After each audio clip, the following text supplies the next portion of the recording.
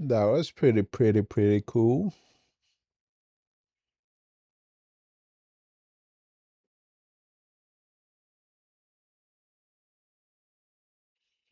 What do we got here?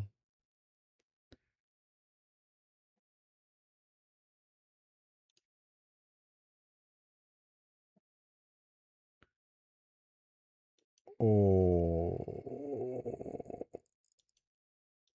All right, gang. Good. oh, gang, Dave Shapiro, So the current gang. 2 weeks ago, I had to see this one. A few years ago, knowing basic Python.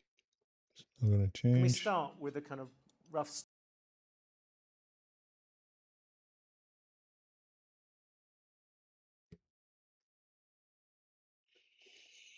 Ah, shit! I need to watch this one too.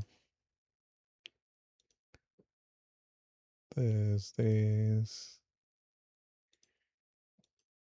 Dave Shapiro.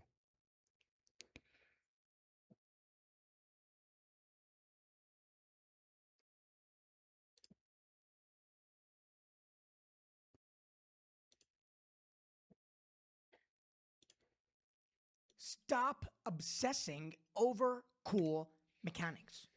Please. Adding a grappling hook. Is it possible to take anything? All right, let's watch Cole Hastings, Gen Z's apathy epidemic. Is it possible to take anything seriously anymore? I can't think of a No. single big tragedy or death Oh, recently yeah. that hasn't been turned into a meme or AI slop Yep. within days of it happening. Yep. Comedy has always been That's used as a way to fucked up. produce relief from tragic situations, and in the right time and doses, it does exactly that. But it feels like Gen Z is cognizant of so many terrible things that are happening in the world that they no longer have the capacity to be empathetic towards it. So today I want to talk about how and why our outlook on horrible events has changed, what forces are encouraging this apathy, and how we can start to unapathize our brains. Firstly, we gotta make something clear. Humans having little to no empathy for other humans is not new, and I think it's important that we talk. Yeah, I mean, since the dawn of the internet, you've seen some fucked up shit.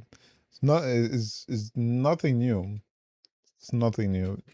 Talk about this because it'll help us explain why Gen Z is so apathetic later in the video. If you go back to medieval and early modern Europe, the public execution of a criminal was often treated as public entertainment. For centuries, communities would literally gather in town squares and marketplaces to watch hangings, beheadings, and other executions as communal events, which I would have to assume undoubtedly numbed people to violence. But when public executions were later seen as apathetic and immoral, that perspective started to shift. In Britain, for example, the Capital Punishment Amendment Act of 1868 mandated that executions be carried out privately inside prisons, largely because reformers and writers argued that the, quote, grotesque spectacle of public executions was corrupting and degrading to society. Kind of crazy to think that public executions, just straight up hanging people in the square, it only happened a couple centuries ago.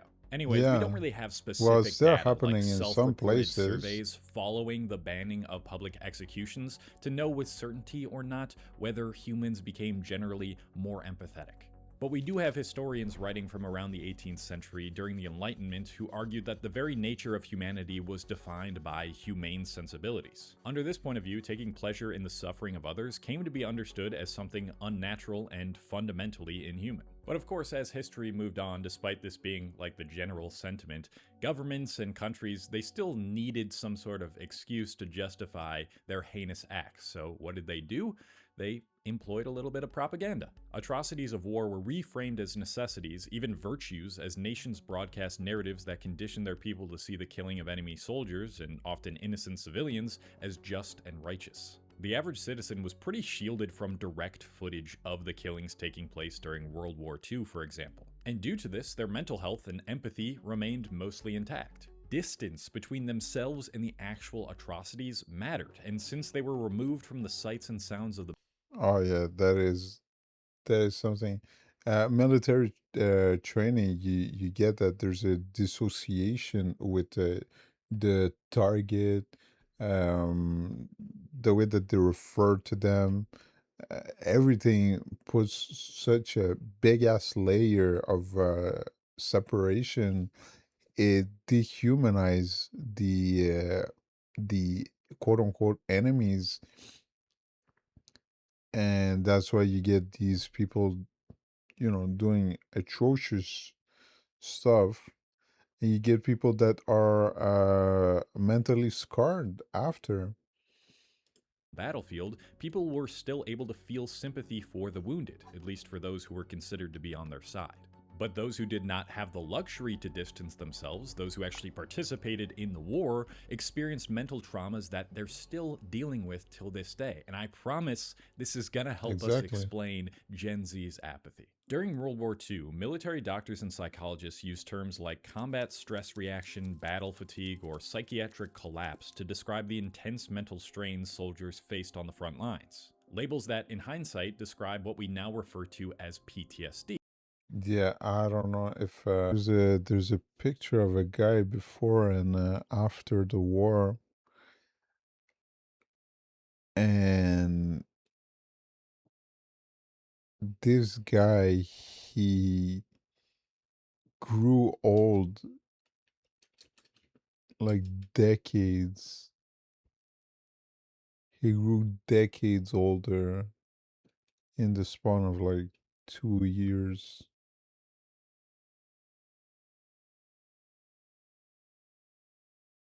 Ah, that's the picture. After 4 years of war. How do I do that? I gotta put this here.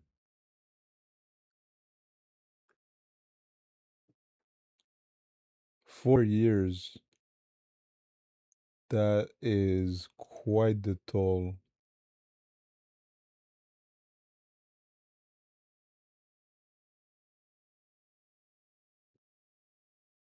And what's one of the most common symptoms of PTSD?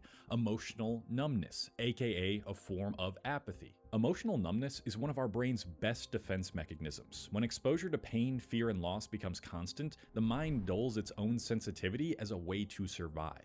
This conditioning then spills into the soldier's civilian life when they return, and they're unable to fully reintegrate back into society, struggling to connect with ordinary emotions, relationships, and a world that now feels alien. Seen this way, apathy can be best described as an imprint left behind by a nervous system that adapted to relentless stress by going numb. A nervous system that can take potentially years to readjust to normalcy.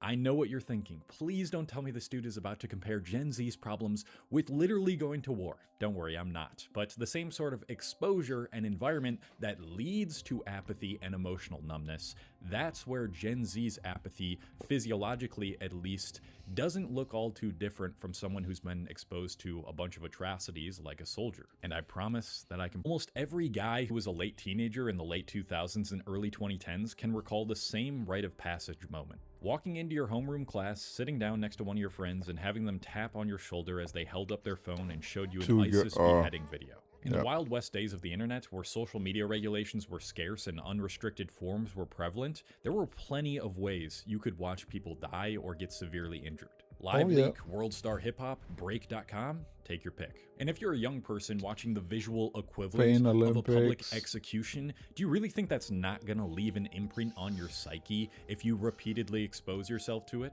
Today, restrictions are tighter, but the speed at which information travels is often faster than those restrictions. On its worst days, when atrocities happen just hours or even minutes prior, those atrocities will spread across the platforms before the ones controlling the platforms can respond, often getting through the site's automated filters. So while these horrible events usually remain on these platforms for a shorter amount of time, there is a larger, quicker volume of them moments after they happen. Take, for instance, the shooting which happened in the Tops supermarket in Buffalo, New York in 2022. This one still sits with me because it happened in the city that I was born in. The shooter streamed him committing the act to Twitch before they could ban him, which caused groups of people to record it and spread it across less regulated platforms like Twitter. Algorithms began promoting these videos, and before you could even process what was going on and distance yourself, you were already immersed in the videos. I still remember watching a portion of that video and my stomach getting incredibly queasy and my heart racing and my palms getting all sweaty. Now apply this sort of proliferation to every modern tragedy, big or small. People are now constantly getting news and real video footage of atrocities shoved down their throats on the internet, whose algorithms incentivize promoting these kinds of spectacles, which eventually wears down anyone's nervous system after long enough. And you know how I said I can prove it? Well, we have a lot of studies now that back up this claim. We can start with what researchers found in the aftermath of 9/11. Prolonged exposure, that's 4 or more hours per day, to early 9/11 related television coverage, combined with cumulative acute stress, was shown to predict a significantly higher incidence of physical health ailments 2 to 3 years later. That means that even after all the news of 9/11 died down, they were still feeling the mental and physical effects years into the future. Then there was another study done to assess the mental health of those who viewed the 2013 Boston Marathon bombings. In this study, they found 2 striking patterns. First, people who viewed more violent imagery were more likely to report post-traumatic stress symptoms like nightmares, hypervigilance, and, you guessed it, emotional numbness 6 months later. Second, individuals who consumed over 6 hours of media per day reported more acute psychological symptoms like unwanted dreams, difficulty sleeping, and intrusive memories than those who were actually at the bombing. That is insane. And once we start hearing these stories and viewing them, it's extremely hard to stop. Humans are wired to pay attention to threats. Our brains are ancient hardware programmed around survival above all else. So when threats are hitting our retinas in an onslaught, as is common in the hours following a tragedy on social media, our brains interpret it as a threat to our own safety, pulling us deeper into the videos and headlines. When that happens, our fight or flight response is triggered, activating the sympathetic nervous system and flooding the bloodstream with stress hormones like cortisol and adrenaline. Your heart rate increases, blood pressure rises, and neural resources are diverted away from higher order reasoning in the prefrontal cortex towards survival-oriented regions like the amygdala. In the short term, this response is adaptive, but when it's activated repeatedly or chronically, as it is when we view a bunch of atrocities over and over, it can dysregulate the nervous system, blunt emotional processing, and condition the brain towards hypervigilance or emotional shutdown. And when you see all send this that to awful my shit going down, ex-girlfriend. do you think to yourself, I really need to get away from this and turn off my phone? Probably not. When we're distressed, most of us just click on even more headlines like this, making us even more distressed, which starts the cycle over and over again. I've said something similar to this before, but I'm gonna say it again. Gen Z's war is not physical, it's psychological. Well, it's actually like part physical because of all the unhealthy things that exist in the world right now, but it's mostly psychological. And when your nervous system is spending all its On all time and fronts at the energy same fighting time. off perceived threats, it can actually start to cause physical health issues. I know that when I'm super stressed, my digestion can get messed up and stop functioning the way it's what a supposed to. segue. And over time, this has created a gut Odd that either spot. performs amazingly or does the complete opposite, if you get what I'm saying. That's This is something crazy. I've dealt with for years now, so I've decided to work with a registered dietitian on the app Nourish. It only took a few minutes to sign up on their website and get matched with a dietitian that specializes in gut health, and it cost me $0 out of pocket for our first session. When I talked to Helen, she was super helpful in explaining how much our moods and what time of the day we eat affects the way our bodies digest it. And Nourish even has an app where you can log your food and track how you're feeling after you eat it, so you can see what triggers your symptoms and what doesn't. Your dietitian can then see those logs and offer recommendations too, like they're working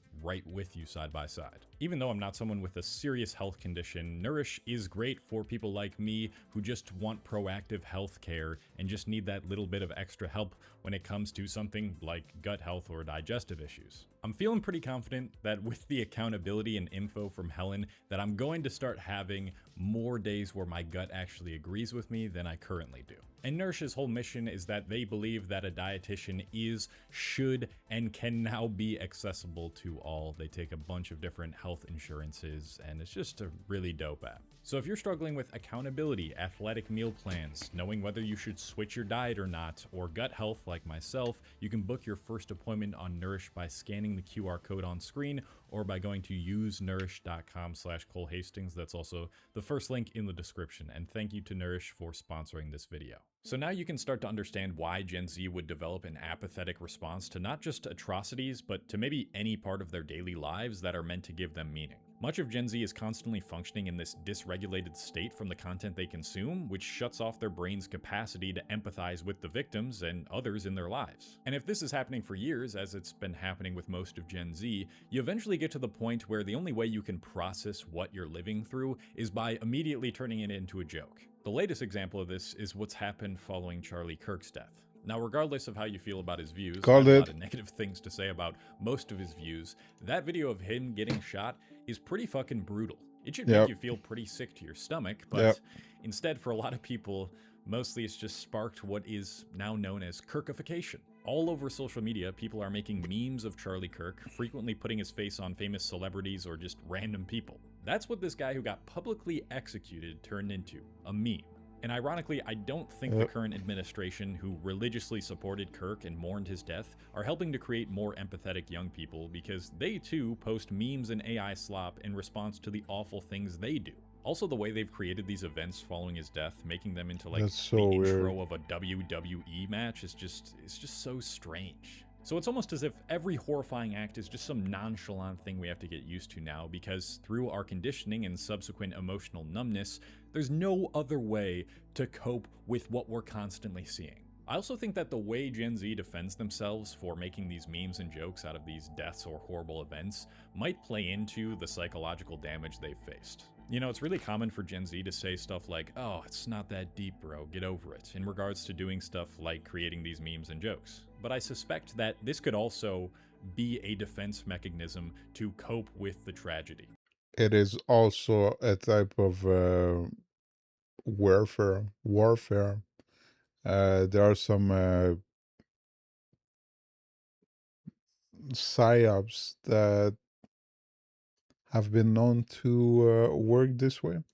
In other words, the only way to stop the persistent viewing of an execution like Charlie Kirk's from further damaging your psyche is to treat it as just another thing that happened by creating memes and AI jokes about it. And like I briefly mentioned earlier, if you're functioning in this dysregulated state by constantly viewing this sort of stuff on social media, there's just no way it's not gonna start to affect your real life. This part is strictly hypothetical, but I'd imagine that it also might be part of the reason that Gen Z has a tough time connecting with one another and feeling each other's struggles. Many in Gen Z report feeling increasingly isolated from a world that, to them, feels deeply indifferent to their existence, more so than what previous generations describe. And because of that, your overall drive for life and desire to achieve difficult things can decrease because you're too busy managing this dysregulated state to actually attack life and get what you want out of it. It also certainly doesn't help that this is an objectively pretty bad time to live if you're a younger person, for many reasons I've already stated on this channel, which would only make you want to keep scrolling on social media even Yeah. more, further exacerbating this. Jesus, bro.